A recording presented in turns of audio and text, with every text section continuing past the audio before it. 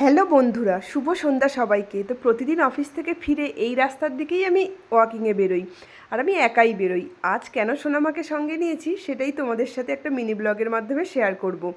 তো দেখো, আমরা হচ্ছে অলরেডি একটা গ্রাম পেরিয়ে আর একটা গ্রামের মধ্যে ঢুকে পড়েছি। আর এখানে গ্রামের গরুগুলোকে, পোষা গরুগুলোকে তার মনিবেরা বিভিন্ন পাত্রে করে খেতে দিয়েছে। তো টুপুর তো এই জিনিসটা দেখে খুবই অবাক হলো। আর একটা জিনিস মেনলি দেখানোর জন্য ওকে আজকে এখানে এনেছিলাম। আর সেখানে অলরেডিও চলে এসছে। ওই যে দেখো, গোনা শুরু করে দিয়েছি। আমি জানি না তোমরা দেখতে পাচ্ছ কিনা, ওই দেখো একটা তাল গাছে প্রায় 10টার মতো বাবুই পাখির বাসা।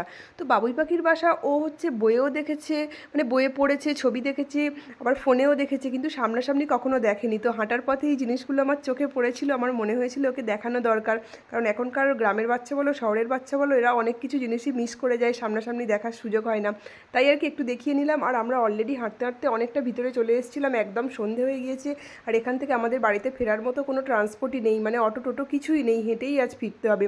তো অন্ধকারে হাঁটছি, আর ওই যে বলে না, দেখো যে যেখানে মানে কেউ নেই ভগবান সহায় হয়, সেই রকম একটা ব্যাপার। অন্ধকারের মধ্যে একটা শিব মন্দির চোখে পড়ে গেল।